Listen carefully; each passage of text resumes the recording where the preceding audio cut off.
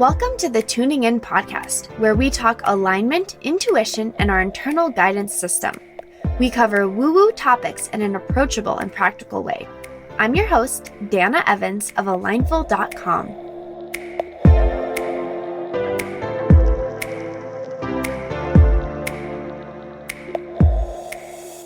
Hello, and welcome to another episode of the Tuning In podcast. This is episode 111. Woo! And I took last week off. I'm actually considering, I've been getting a nudge to move this to a twice a month podcast instead of weekly. So I'm just riding my emotional wave on that and checking in. So we'll see. Stay tuned. In the meantime, I did take last week off, and boy, we're going to talk about last week. This week, we're going to talk about last week. And I'm really specifically talking about peace and where does peace live, especially in the midst of chaos or discomfort. However, before we get to that, if you did listen to last week's episode, it was an amazing conversation with Elizabeth Ralph, the spiritual investor.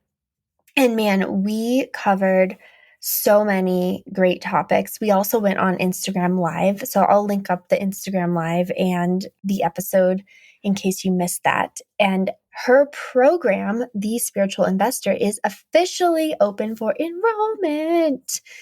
And I said this on the episode last week, and I'll say it again. I cannot recommend this program enough. I joined it 3 years ago, and I look back at all the shifts I've made, in particular with my relationship to money and investing. And it's been a journey for me. I think money is it can be such a taboo conversation. There's so much shame that lives with money within us. And that's one of the things that I've been able to shift and release through working with Elizabeth and being a part of her program. So the Spiritual Investor Program is open. She calls it the revolutionary financial formula for spiritual entrepreneurs. Combine the power of manifesting and investing for accelerated wealth, security, and impact. I will just caveat here is she does talk about the entrepreneur. And if you're not an entrepreneur, it does not mean you can't be a part of this program, because she combines the energy of money with very practical tools to accelerate and amplify your money and grow your wealth. So it actually doesn't matter if you're an entrepreneur or not. What matters is that you have the structures and systems in place so that you can start to follow that energetic, intuitive guidance and really start to shift your relationship with your money and the physicality, like what you're seeing within your money, within your investments, and setting yourself up for a future and a present of wealth and abundance. So that is open. I will put the link in our show notes if you want to join. If you have any questions, please shoot me a DM on Instagram at Dana_Evans. I love talking about this. And I'm here for you if you have any questions about whether this might be a good fit or not. And we can tune into your own inner guidance to understand that. So with that, I will leave you with that understanding. And then let's talk about this week's episode. So, oh my goodness gracious. I think it's been about 3 weeks now where I've just been struggling. And I've been struggling with what I think people would call anxiety.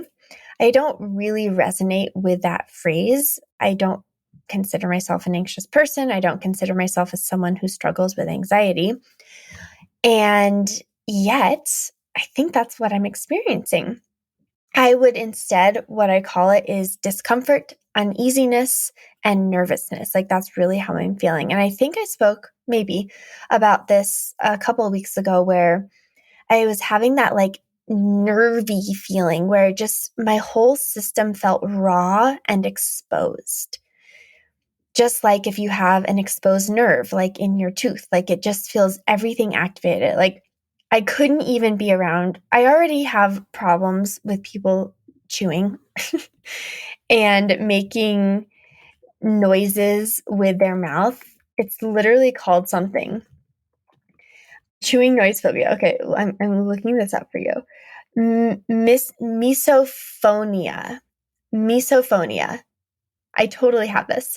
This disorder is sometimes called selective sound sensitivity syndrome. Individuals with misophonia often report that they are triggered by oral sounds, the noise someone makes when they eat, breathe, or chew.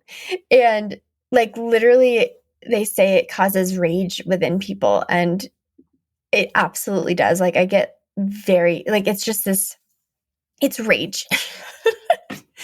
And it's not all the time, but certain times it's really bad. And so I was feeling like really nervy, right? And uncomfortable a couple weeks ago and very exposed and raw. And like, I just couldn't.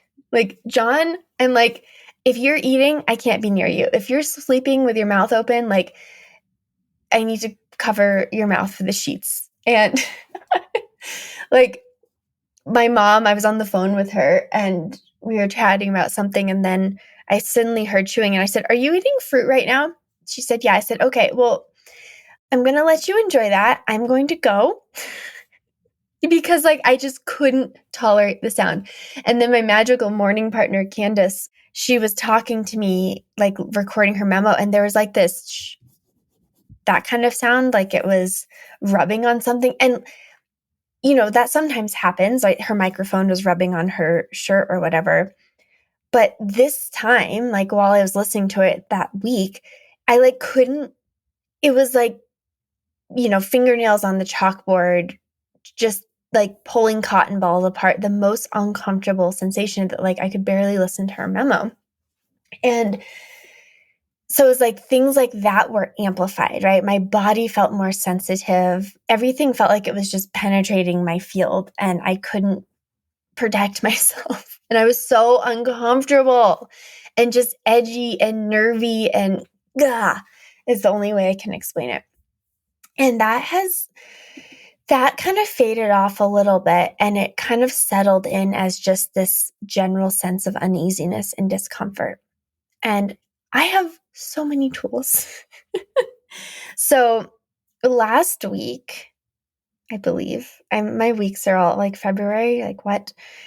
Last week, I was like, okay, I need to get this anxiety, uneasiness under control. Cause this is like, I was on week 3 of feeling just so uncomfortable and nervous and doom and dread, like something bad was going to happen. And that was leading into self-doubt. So I was doubting like coaching sessions. I was doubting the words I was saying. I was like re-listening to Voxer messages, and it was just everything. And you know, when you're feeling not your best self, right?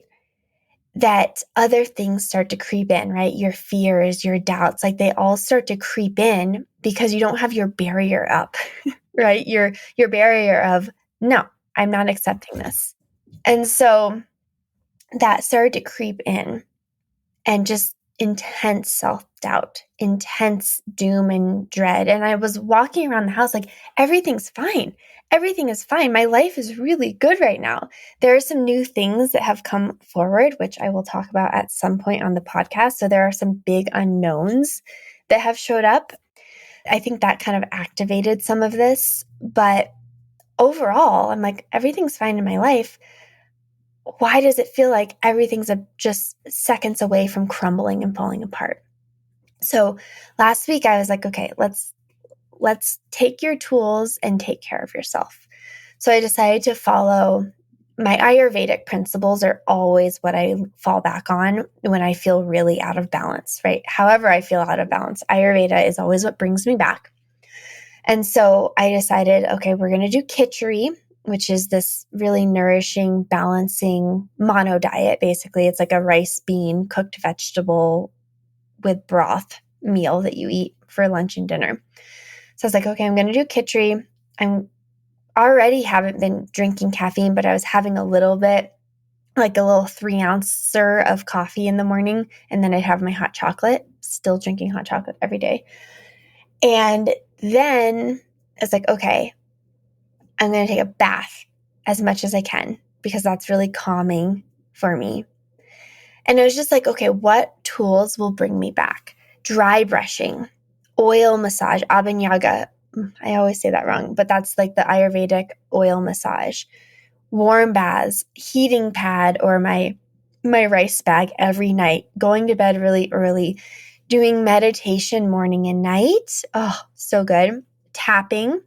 I'm a huge advocate for tapping. I've really gotten into it the past 6 months. And it's like your daily stress shedding is what tapping does for me. And nourishing and caring for my body and slowing down a little bit. For me, it's always coming back to slowing down. So I did all of that. And it was like helping, but it certainly wasn't resolving my poor nervous system. And I'm like, what is it? So in typical Dana form, I'm like, okay, I don't want to overdo to fix because this is not something I'm used to feeling. And clearly, to me, it's like, this means that something else is trying to come through. Why else would I suddenly have intense anxiety and fears and dread and self-doubt when on the surface, like everything is actually looking really good?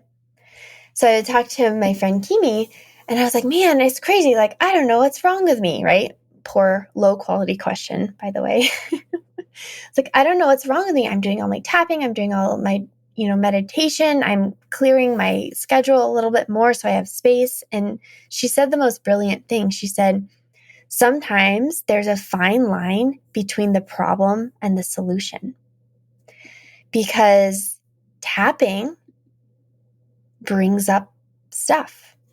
Meditation brings up stuff. When you have more space to sit and be, right? Like sitting in the bath. I don't ever do anything in the bath except sit. That's creating space for stuff to come up.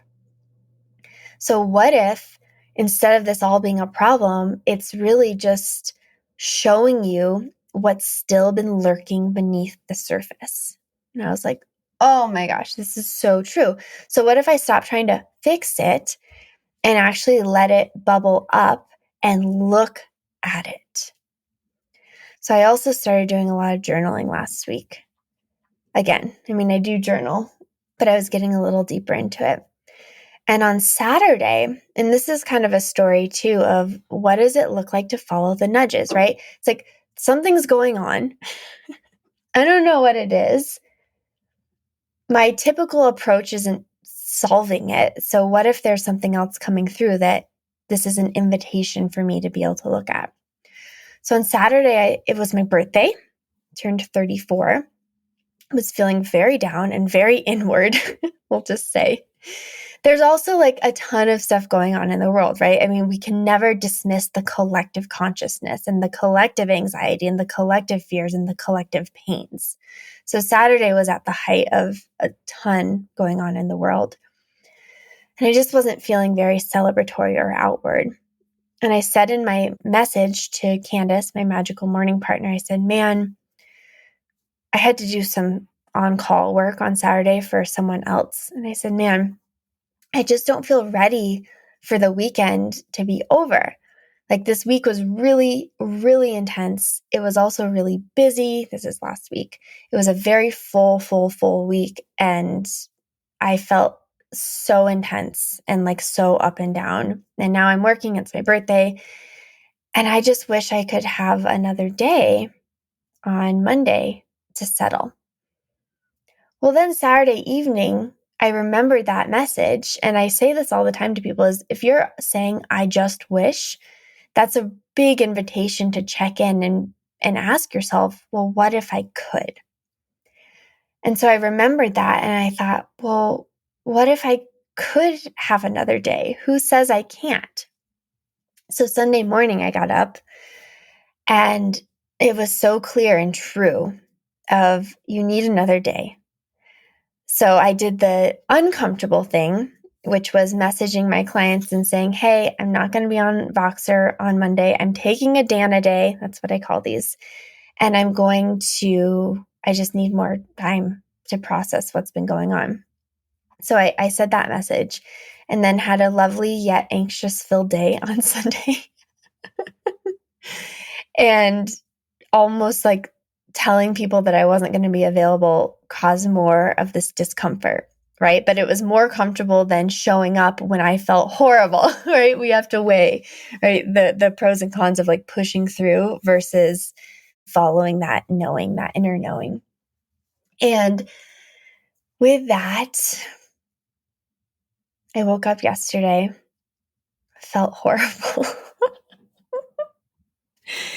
And I'll tell you this in a minute. It dawned on me. I was reflecting back on the previous week, and it dawned on me there was one moment last week where I felt divine peace. In the midst of the chaos, in the midst of the anxiousness, in the midst of like intense uneasiness and busyness, I felt divine peace. And that was because I went to reflexology.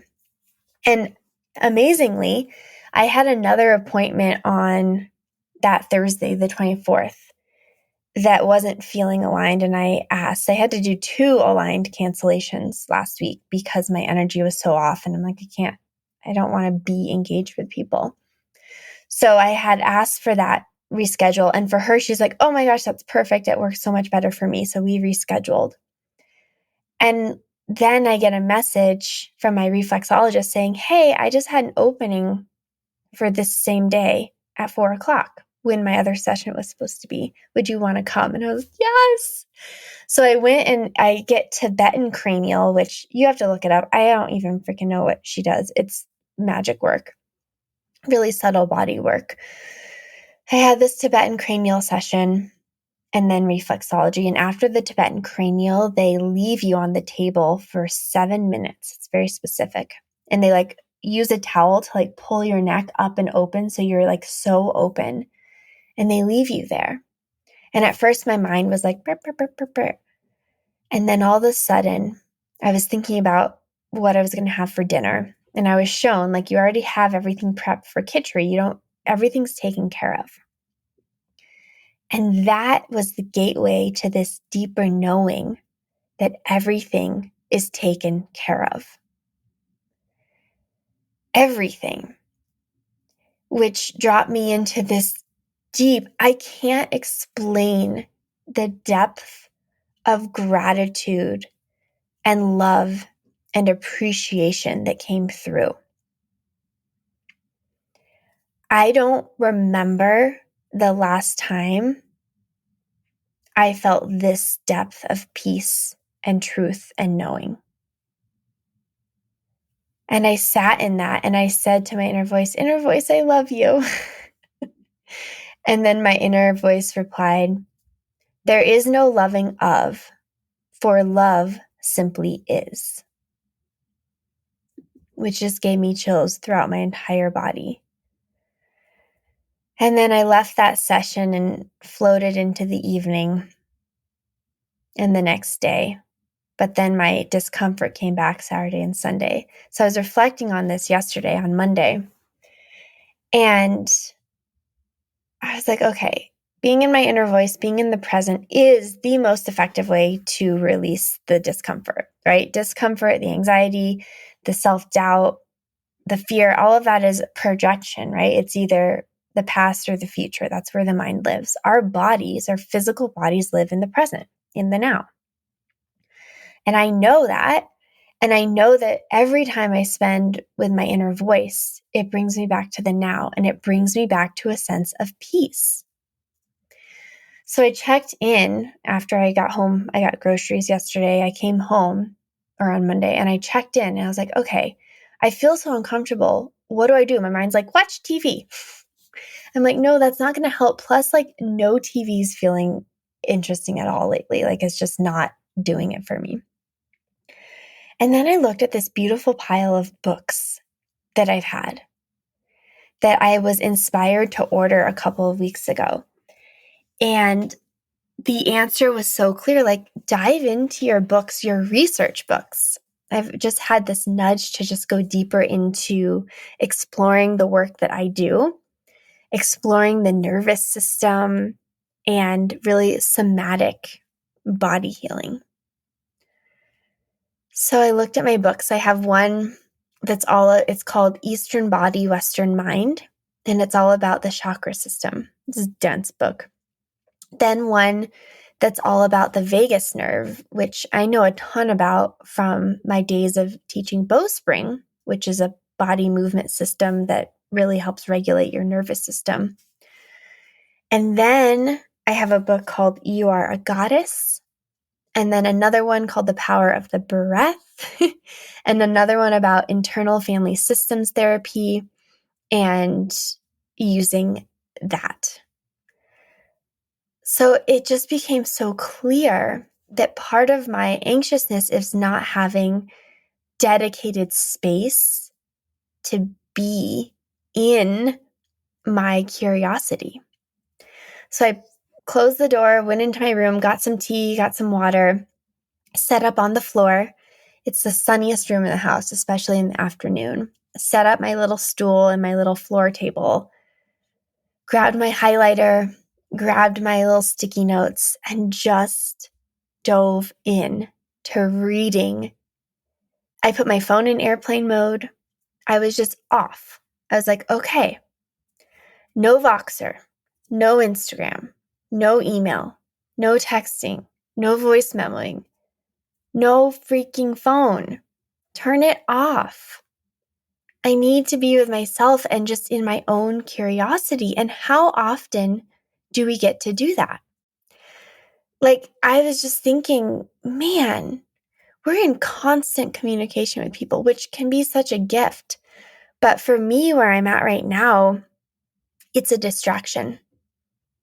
Even I feel like the supporting of clients, like I've been really intentional about the time that I'm available on Voxer, because how can we get really deep into something, into our inner voice, right? Into our own self, into researching and learning and really understanding new information when we're constantly going back and forth with people.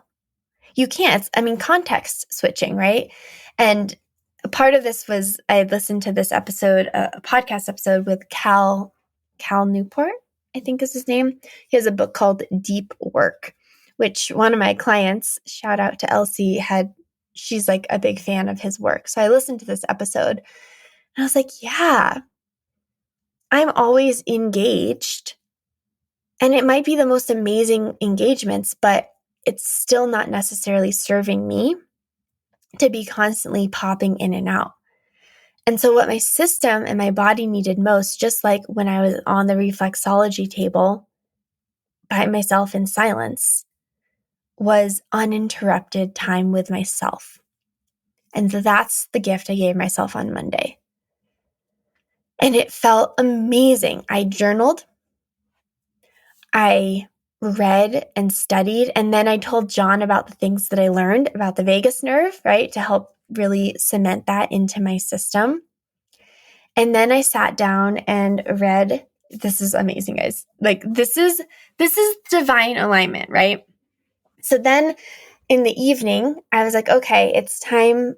I can't take in. I got really tired after reading for a couple hours of the vagus nerve book. And I laid down and did a little nap, a half nap with Mia. And then I got up and I'm like, okay, I don't want to watch a show. I want to read another book. And then the You Are a Goddess book popped up. So I opened it up to the last page I'd read, which it's been months since I've opened this book. And the goddess that was primary was the goddess of Kali, Kali. And I read this and I'm like, oh my gosh, this is what I'm going through. Like Kali, I'll share this. I have this open. Kali asks us to confront our crimes against Devi, which is the divine, to be prepared to let go of everything in our frequency that is not truth, and to become a clear vessel for the rebirth of Shakti. The archetypal themes of Kali are death and rebirth, transformation, deep clearing, chaos, destruction, and loss. I'm like, man, I'm feeling the intensity of these. And it talks about each, and it talks about chaos. Chaos represents the phase of the Kali roar, the volcanic disruption and upheaval at the heart of evolutionary change.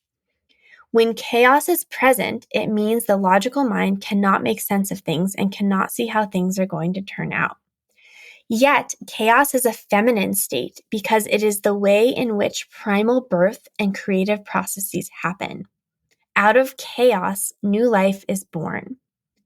Out of chaos, a refined and enlightened order comes. I'm like, yes. And then it talks about destruction and loss and says, Kali looks upon you with more compassion than you would ever have for yourself, and then uses her swords of darkness to cut away everything and anything that is getting in the way of your highest path to light. If it is leaving, then it no longer belongs to you. You have already made energetic agreements and bonds with new forms, people, places, and circumstances. And then she says, when anything in our lives appear to erupt or fall apart, it is to make us stop and listen to a different voice, right? And for me, that's our inner voice, right? And she says, she also teaches us that our crises are frequently the result of backed up, built up, suppressed energy that requires release. And that is exactly what I think is happening to me with this anxiety, especially around self-doubt, right? And speaking my truth. It feels like this is coming up now because it's like, girl, you cannot keep moving forward if this is deep and dark and under the surface. So we're going to flood you with it. And then it talks about how our egos exist to keep us in avoidance of our inner sources of love that manifest as intuitive wisdom, healing guidance, creative brilliance, and inspirational ideas, right? So your ego is constantly trying to protect you from that. So all of this to say, opening this book it's one of those kismet things where you're feeling what's so important, right? It's like coming up and speaking to you through a book, through scripture, through a song, through whatever is coming through for you. And this Kali talks about trusting in the unknown, right? And then it says, anxiety often surfaces under the influence of Kali because she is helping us to face our fears in order to become more deeply aligned with our spiritual strength. Kali is not intimidated by fear. And so when she brings up unfaced fear within us, exploding to the surface in the shape of a crisis, she is actually helping us to confront our inner demons, the unconscious fear-controlled patterns that inhibit or damage our personal growth. Okay, so that is what came through last night and yesterday. And then I went to bed, did my tapping, did my meditation, and I woke up today, at least right now, it's Tuesday morning, feeling so much peace, so much more peace. And one thing that came through during yesterday, I was like, oh, maybe Mondays are like offline Mondays where I can indulge myself in reading physical books, researching, being in nature, and just being more present with myself, talking to my inner voice without the constant distraction of going outward, right? Because when we're feeling that state of like intense anxiety, like what do we want most? We want peace. What do we do to find peace? We go outward. It's like, well, let me talk to this person. Let them help me. Let me do this program. Let me do this. Peace lives within you. Even in the midst of the most chaos or crisis or destruction or loss, there is a pocket of peace that lives within you. And I know this from my own experience and also from talking to countless inner voices. People can be in the midst of a breakdown in a session with me, and their inner voice can come through and say, all is well. And the words don't matter as much as the feeling and experience that these people get when they hear the truth. I can tell you all as well is not going to mean anything compared to you hearing and feeling that when you're in the depths of your own soul, when your own inner voice is speaking truths to you and you feel the truth and then you know it. That is peace. That is where peace lives. It's within you, it's within your inner voice, and it is without any sort of condition. It's always there. It's more a matter of how do we allow it to be felt and experienced when the mind, the ego, which is trying to keep us from our wisdom, is so loud and really so honored and respected in this world. How do we come back to that peace? And that is why, this is why I do the work I do. This is why I work with clients. I am inviting in more one-to-one clients it's probably going to be for April, but send me a message if you're feeling called toward this sense of peace and knowing within. If you're feeling like you're spiraling, let's bring you back to homeostasis. The inner voice does that. That's why I'm so interested in nervous system regulation and the somatic body, because I feel like the 3D body is such a gateway to peace, just as the ethereal inner voice. And I like to merge the two so that you can really get back to that state. And we forget, right? It's like, that's why it's nice to have a coach, because we forget where that peace lives. And it's always, always, always within. And no one can actually take that from you, that truth within you. So it's more about navigating your way back home.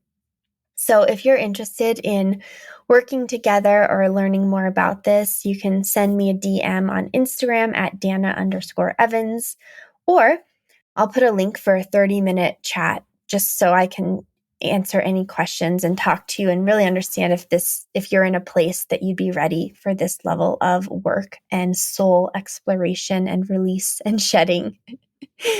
It's deep, powerful work. It is Kali work. It really is the goddess Kali work. As I'm reading this, I understand that truth. And it's intense and so flipping rewarding.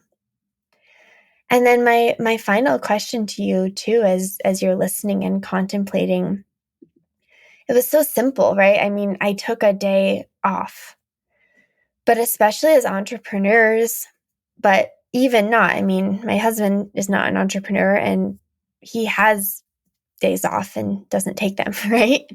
So it's such a great question to consider is, do I honor my energy?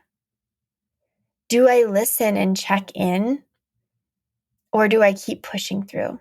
Because especially if you are an entrepreneur and you're a coach and your job is to show up and help other people with their stuff, how valuable are you if you're not honoring your own need for space and processing? I could have been like, you know what? No, I don't want to deal with that. I'm just going to show up for my clients on Monday. I could have. And some might even say I should have, right? Like there's a world in which people would think I should. But I live in this world of energetic alignment. And I know that when I'm off energetically, it translates to my coaching, which is why I care so much about this work and why I live my work, because I'm a representation of what I'm guiding my people back to, right? My clients back to themselves. And if I leave myself to serve my clients, I'm not actually serving myself or my clients. Because then I'm ignoring my own nudges, my own inner voice out of obligation. And so what does that look like for you? If you feel off, if you're being nudged of like, maybe you just need a mental health day, like you can have a sick day, you can have a mental health day, but what would it look like to actually take that and then honor what that day means for you and let yourself be guided toward the next best thing throughout that day so that you're truly coming back home to yourself? And then see what that opens up for next. I feel so grateful that I honored that knowing yesterday and that I followed the nudges and flowed into what I did. And I don't even feel grateful that I don't feel that intense anxiety today. I may or may not feel that. That may or may not come back, right? It's like there's a lot that I need to look at that's coming up. But what I'm realizing is I can be and have the anxiety and also maintain the connection to my inner peace. It can be both and. And what would that feel like for you? What if everything that was coming up is an invitation to look deeper? We don't necessarily have to get rid of it. We can support ourselves within it, but it's just an invitation. With that, I will I will leave you to your day. Thank you as always for tuning in. And again, don't forget that Elizabeth's program, The Spiritual Investor, is open. It is open until March 3rd, so just a couple of days.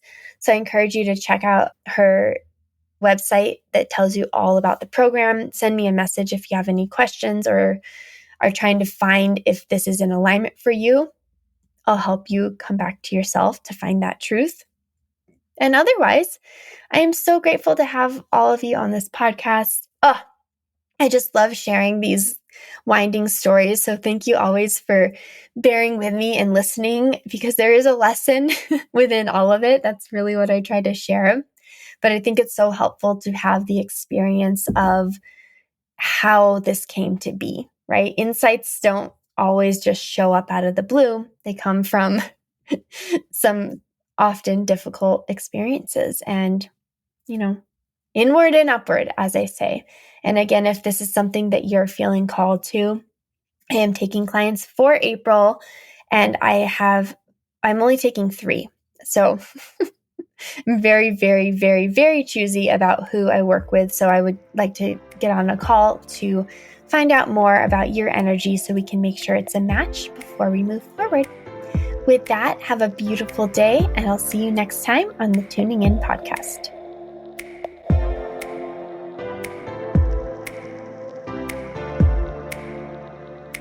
Thank you for joining me on another episode of the Tuning In podcast.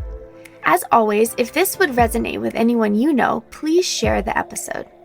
You can follow along with my journey on Instagram at Dana_Evans, or find me on my website at alignful.com.